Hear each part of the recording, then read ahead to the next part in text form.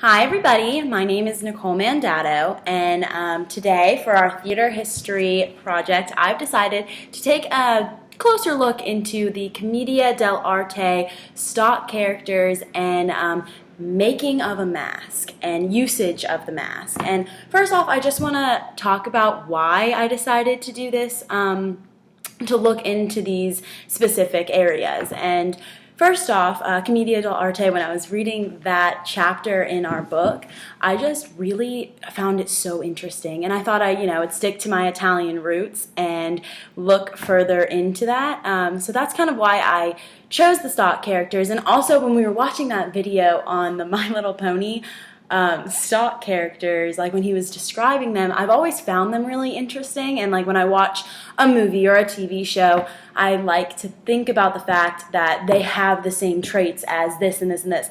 So when he was listing off like all of the characteristics of certain stock characters to try to get the pony that matched, yes, I have watched My Little Pony often, and I know the names of the ponies. So I was sitting there and I was like trying to guess which characteristics would go, and I just honestly found that so entertaining. So I was like, you know what better thing to research than that? So that's why I stuck to the stock characters. And also the masks. When I was in high school, I did a lot of work in the Cirque du Soleil area, and at one point we did touch on Commedia dell'arte, and we kind of talked about the masks, and at one point we had masks in our show, and they each had their own characteristic, and we had to go about making them, and we decided to do the paper mache. So it's really interesting that with masks, there are many forms and many ways that you can make them. You can make them to fit, if you have a specific actor, you can make it fit on their face with the paper mache, and that's kind of a very long process for someone to sit and wait, and it's honestly terrifying because you have all that stuff covering your face. If you're claustrophobic, not the thing for you. But there's also a way that we're going to be doing today, actually, with clay that you can buy at your local Walmart.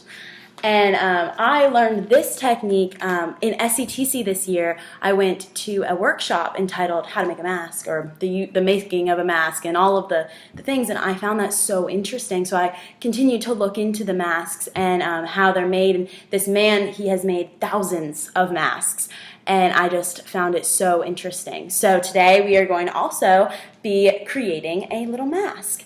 So first I want to start off with just Commedia dell'arte in general, which means the comedy of the professional artist. And it can kind of be broken down into three different types. There's the master, the servants, and the lovers. And the lovers are called immortalius. But the masters are usually characterized as Pantalone and Dottore. The servants are zany, and that's Arcilio, Brigali, and Pedralio. I'm sorry about my butchering of these names. I should be better at this. I am Italian, but once again, I apologize. But the lovers, it's usually broken down into two couples. There's Flavio, Leo, Isabella, and Vittorio, and those are just the most common names. There are other names that can be used, but those are the most common, and those are the ones that I found the most within my research. So what I decided to do is pick out a few of just my favorites while reading and look into their masks and their traits. So what I found, I really like, there's Arcinio. He was the first Harlequin. He is one of the most famous stock characters that there is. His costume was colorful and patched, so it had a lot of life to it. And he kind of usually, what I found is that with the patchwork that was made, it was sometimes taken from a richer looking fabric to almost make him kind of feel better, I think, about himself. So that's what I kind of took away from that. It described him as being always hungry, but always broke. So it kind of reminds me as like an Aladdin character. But he always had the survival skills to stay alive and stay positive and all of this. So nowadays, it also said that he would be considered like a hippie nowadays if he was in today's world. So kind of just in that zone. So I found him really cool. Another one that they talk about is Brigilia. The name itself means quarrel, trouble, and intrigue. He's characterized as kind of like a womanizer, kind of like a player of people, the women. He's always in search for a fight, and he's violent, and kind of has like this exaggerated like ness to him. But he's a known liar, which I guess kind of goes with the womanizer thing. But he's always kind of lying in a way to make his love pursuits happen, almost. So he's like lying to women. But this mask is kind of used in various different roles and can be used like in a villainous role too.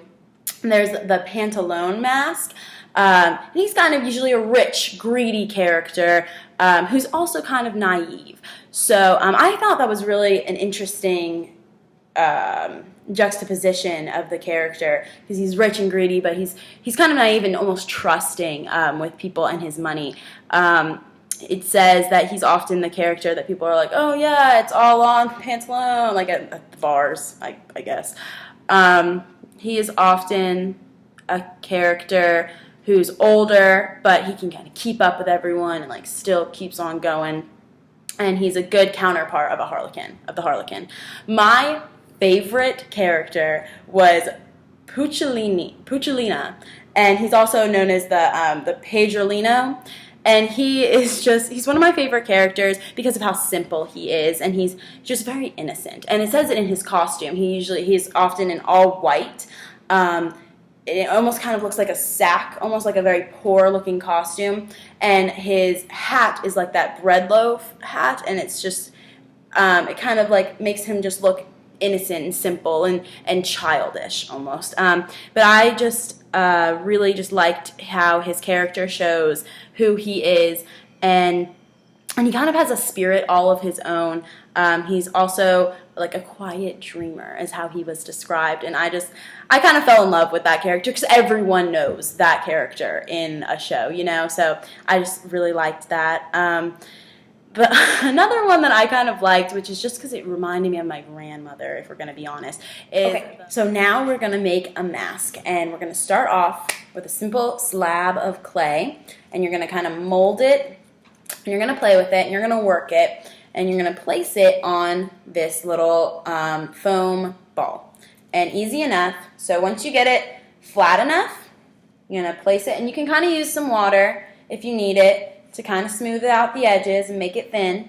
So you place it over the foam ball like so, and kind of work it down, but it doesn't have to be flat on the edges.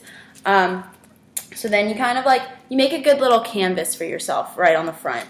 And you kind of have your creative whim, like you can kind of do whatever you want. What I'm going to choose to do is kind of make like an older looking character. So what I think of is like that mustache that goes here, because the mask kind of ends here to make your mouth able to do what it needs to do. So you can do I'm going to do like a little upper lip, but it's kind of almost going to look like a mustache going down, if that makes some sense right there. And I'm going to use some water to smooth it into it to make it better. What I really find that I enjoy doing this is just the freedom you have with it. You can make literally your hands are crafting a character. I think that's the coolest thing. So once you have your little beak looking thing, you can add a nose. And the nose is kind of fun because it can be like a big schnoz or really anything. I'm going to make a big schnoz because why not? So take some water, smooth it out, and kind of place it right there. Smooth it out again. And you have like this little notch right here. And I'm going to make mine curve down a little bit. And usually in masks it says when you curve it down, it usually counts for a villain. So maybe he's a villain. We don't know. We'll see how his eyes look. So the brows are a very important thing, and as you can see in culture recently, eyebrow game has been a very important topic. So we're going to give this guy some good eyebrow game. I'm going to give him kind of just the ruffled eyebrow look. So just right here, and you kind of like pat it down. And the eyes are really important, so you kind of like make little notches for those into it. And those will get notched out when you take it out of this because it's so deep into it. So once you pull it off, once it does dry, you can just, and it'll pop right out. So hold on. We will make another eyebrow. So this guy has even eyebrows. We make another little notch for his eye so that can also be popped out. Another really important thing, so see his eyebrow game is on point. So another really important thing are the cheeks, and cheekbones were very important. So I want to give this guy kind of the rounded cheek look. So he has like those little bulbs that are pointing out. And there we go. And his little, so you kind of smooth them on. And that is our little old man. And it takes but a second to make. And then you have this cute little mask of a man. And there he is. He's adorable. And I will wait for him to dry. And then I will love and cherish him for the rest of my life. But I hope you guys enjoyed, and you guys, it's really so simple to make, and it's actually really therapeutic to make too. So go for it. Look how cute he is.